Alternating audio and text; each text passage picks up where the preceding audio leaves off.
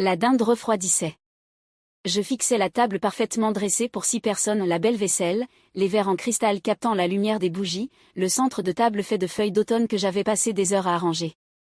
Mon téléphone vibra de nouveau avec le même message qui m'avait brisé le cœur 1 heure plus tôt: nous sommes occupés à voyager en Europe. Désolée, Sophia. L'année prochaine. Maman et papa. J'avais 32 ans, et c'était le 3e Thanksgiving consécutif qu'ils me laissaient seule pour partir à l'aventure en Europe. Mes parents, Henrik et Ingrid Larsen, étaient devenus obsédés par leur richesse nouvellement acquise après la vente de leur entreprise technologique. Chaque fête était désormais un prétexte pour s'envoler vers un lieu exotique, laissant leur unique fille derrière comme un simple détail. Je pris une autre gorgée de vin, mon 2e verre, mais qui comptait? J'ai tenté de me convaincre que manger seul était libérateur. Indépendant. Moderne. Mais le silence dans mon petit appartement était étouffant, seulement brisé par les bruits lointains d'autres familles célébrant à travers des murs fins. C'est alors que quelqu'un frappa à la porte. Pas le petit coup d'un voisin, mais un martèlement autoritaire qui fait bondir le cœur. J'ouvris la porte et vis ma grand-mère, Astrid, se tenant dans le couloir. À 78 ans, elle imposait toujours le respect avec ses cheveux argentés relevés en un élégant chignon et ses yeux bleus perçants qui semblaient pénétrer l'âme. Mais ce soir, quelque chose était différent. Sa composure habituelle était fissurée, ses mains tremblaient légèrement alors qu'elle serrait son sac à main noir. Derrière elle se tenaient 4 personnes en costume sombre, 3 hommes et une femme, leur badge brillant à la lumière du couloir.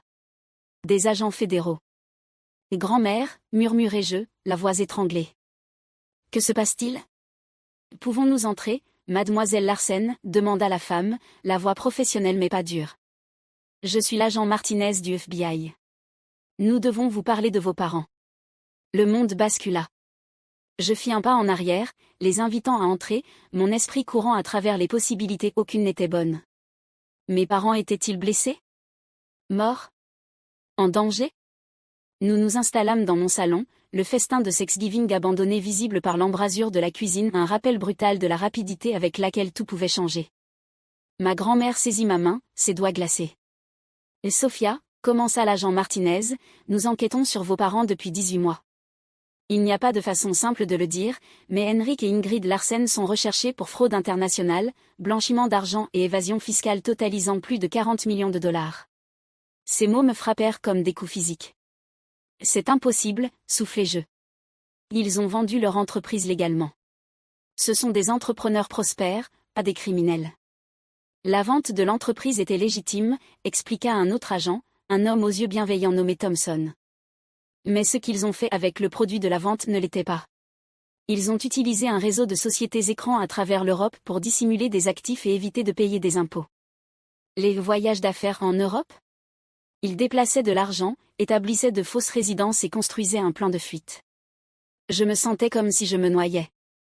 Mais, ce sont mes parents. Ils m'ont élevé. Ils m'ont appris le bien et le mal. Ça ne peut pas être réel. Ma grand-mère serra ma main plus fort. Il y a plus, ma chérie. Quelque chose que j'aurais dû te dire il y a des années. Dans mon choc, je remarquai des larmes fraîches coulant sur ses joues ridées. En toutes mes années, je n'avais jamais vu Astrid pleurer. Quand tu es née, continua-t-elle, la voix à peine audible, Henrik et Ingrid montraient déjà des signes de la cupidité qui les consumerait. Ils ne te voyaient pas comme une bénédiction, mais comme un fardeau limitant leurs ambitions. Quand tu avais 6 mois, ils m'ont demandé de te prendre. Ils voulaient te donner en adoption pour pouvoir se concentrer sur la construction de leur empire. La pièce tourna autour de moi. Quoi? J'ai refusé de les laisser t'abandonner. J'ai menacé de révéler leurs premières irrégularités financières, oui, même à cette époque, je soupçonnais quelque chose s'ils ne te gardaient pas et ne devenaient pas les parents que tu méritais.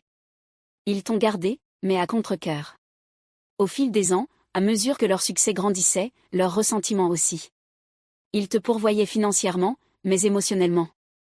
Elle s'interrompit, et je réalisai qu'elle décrivait l'enfance froide et distante que j'avais toujours cru être ma faute. L'agent Martinez se pencha doucement. Mademoiselle Larsen, il y a autre chose. Votre grand-mère nous a contactés il y a 6 mois. Elle nous aide dans notre enquête. Je fixai Astrid, essayant de digérer cette révélation. Vous saviez? Tout ce temps, vous saviez ce qu'il faisait? Je soupçonnais depuis des années, mais je n'avais pas de preuves jusqu'à récemment. J'ai trouvé des documents chez eux lors de mes visites, relevés bancaires de comptes en Suisse, communication sur des sociétés écrans. Je ne pouvais plus l'ignorer. Sa voix se brisa. Je savais que quand la vérité éclaterait, cela te détruirait. Mais je savais aussi que vivre dans le mensonge te détruisait lentement chaque jour. L'abandon, l'indifférence, la façon dont il traitait vos réussites comme des gênes, ajouta doucement l'agent Thompson. Nous avons déjà vu ce schéma. Ils prenaient leur distance émotionnellement, se préparant au jour où ils disparaîtraient complètement. Je me libérai de ses mains et me levai, marchant de long en large jusqu'à la fenêtre. La ville scintillait en contrebas, les familles réchauffées dans leurs foyers, tandis que mon monde entier s'effondrait. Et maintenant ? Que va-t-il m'arriver ? Vous n'êtes impliqué dans aucun de leurs crimes, me rassura l'agent Martinez. Notre enquête montre que vous n'aviez aucune connaissance de leurs activités. Cependant, nous devons que vous sachiez qu'il est peu probable qu'ils reviennent. Nous pensons qu'ils planifient de disparaître définitivement en Europe, sous de nouvelles identités. Le coup final. Non seulement mes parents étaient des criminels, mais ils m'abandonnaient pour toujours. Les années à me sentir jamais assez bien, jamais digne de leur temps ou de leur amour, prenaient soudain un sens horrible. Je n'étais pas le problème, j'étais le dommage collatéral de leur égoïsme. Je m'effondrais dans mon fauteuil, submergé par le chagrin, la colère et un étrange sentiment de soulagement que je ne comprenais pas tout à fait.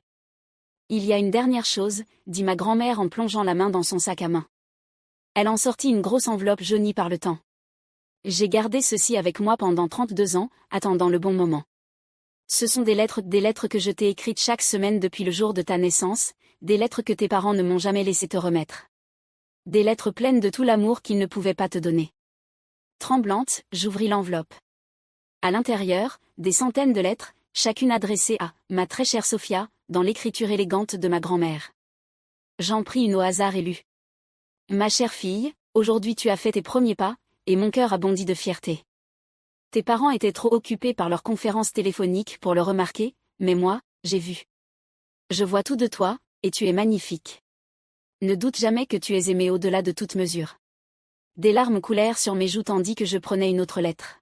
« Sophia, mon amour, tu as aujourd'hui obtenu ton diplôme summa cum laude, et pendant que tes parents planifiaient déjà leur prochaine aventure professionnelle, j'étais remplie de joie. Tu es devenue une femme incroyable, compatissante, intelligente, forte. Ils ne te méritent pas, mais tu mérites tout ce qu'il y a de beau dans ce monde. » Lettre après lettre révélait l'amour inébranlable d'une grand-mère, documentant chaque étape, chaque réussite, chaque moment de joie que mes parents avaient manqué ou ignoré. Elle m'avait vue, vraiment vue, alors qu'ils ne le pouvaient pas. « Pourquoi ne me les as-tu pas données avant ?» demandai-je à travers mes larmes. Parce que j'espérais, peut-être naïvement, qu'ils changeraient. Qu'ils verraient quel cadeau tu étais. Mais aussi parce que je savais que lorsque ce jour arriverait, lorsque leur château de cartes s'effondrerait, tu aurais besoin de savoir que tu n'as jamais été sans amour. Tu n'as jamais été le problème, ma chérie. Tu as toujours été suffisante. L'agent Martinez s'éclaircit doucement la gorge. Mademoiselle Larsen, nous savons que c'est écrasant. Nous aurons besoin que vous répondiez à quelques questions au cours des semaines à venir, mais pour l'instant, nous vous laissons digérer ces informations.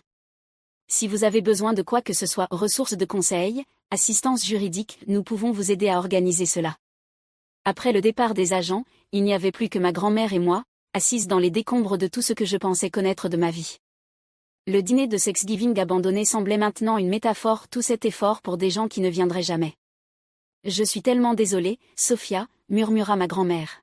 « Désolée de ne pas avoir agi plus tôt, désolée d'avoir gardé leur secret, désolée que tu aies dû endurer 32 ans à te sentir insuffisante. » Je regardais cette femme remarquable qui avait porté le poids de me protéger pendant 3 décennies, qui avait sacrifié sa relation avec son propre fils pour s'assurer que je ne sois pas totalement abandonnée. « Ne t'excuse pas. Tu m'as sauvée. Toutes ces fois où je me suis sentie complètement seule, je ne l'étais pas, n'est-ce pas? Tu étais toujours là, toujours à veiller sur moi, toujours à m'aimer depuis l'ombre. »« Toujours, » confirma-t-elle. « Et je le serai toujours. » Nous restâmes un moment en silence, la grandeur de cette journée s'installant autour de nous comme de la poussière après une explosion. Puis quelque chose changea en moi, un dénouement d'un nœud que j'avais porté si longtemps que j'avais oublié qu'il existait. « Tu sais quoi ?» dis-je, me surprenant moi-même avec un rire proche de l'hystérie.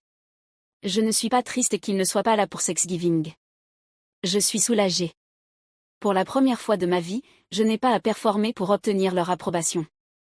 Je n'ai pas à faire semblant que leur indifférence ne fait pas mal. Je n'ai pas à continuer d'espérer que, peut-être cette fois, ils me verront vraiment. Ma grand-mère sourit à travers ses larmes. Et que vois-tu quand tu te regardes sans leur ombre? Je pris la question au sérieux. Je vois une femme qui a construit une carrière réussie dans le design graphique malgré leurs critiques constantes. Je vois quelqu'un qui a des amis formidables, même si mes parents n'ont jamais pris la peine de les rencontrer. Je vois quelqu'un de gentil, créatif, résilient. Je fis une pause, les mots me semblant étranges mais vrais. Je vois quelqu'un qui mérite d'être aimé. Oui, dit fermement ma grand-mère. C'est exactement ce que je vois. Nous réchauffâmes le dîner de Thanksgiving et le partageâmes, juste toutes les deux, et ce fut le repas de fête le plus significatif que j'ai jamais eu. En parlant jusque tard dans la nuit, je compris que pardonner ne consistait pas à excuser le comportement de mes parents mais à me libérer de la prison de leurs attentes et de leurs déceptions. Les lettres que ma grand-mère avait conservées devinrent ma lecture quotidienne au fil des semaines suivantes. Chacune était un cadeau, une pièce manquante de mon histoire qui expliquait tant de choses. J'appris à connaître la grand-mère qui avait plaidé pour moi de façon que je n'avais jamais imaginée, qui avait vu la véritable nature de mes parents bien avant que je puisse l'accepter, qui m'avait aimé avec ferveur et constance même lorsque cet amour devait rester caché. 3 mois plus tard, lorsque le FBI confirma que mes parents avaient effectivement disparu sous de nouvelles identités quelque part en Europe de l'Est, je ressentis seulement une tristesse vide pour la relation que nous aurions pu avoir, et non du chagrin pour les personnes qu'ils étaient réellement. Ils avaient fait leur choix depuis longtemps, l'argent et la liberté avant la famille et l'amour. Mais moi aussi, j'avais un choix. Je pouvais laisser leur trahison me définir, ou je pouvais choisir de construire une vie basée sur l'amour qui m'avait toujours entourée, même quand je ne le voyais pas. J'ai choisi l'amour. J'ai choisi de leur pardonner, non pas pour eux, mais pour moi. J'ai choisi de pardonner à ma grand-mère d'avoir gardé des secrets, comprenant qu'elle portait un fardeau impossible pour me protéger. Et surtout, j'ai choisi de me pardonner à moi-même pour toutes les années où j'avais cru que leur indifférence était ma faute.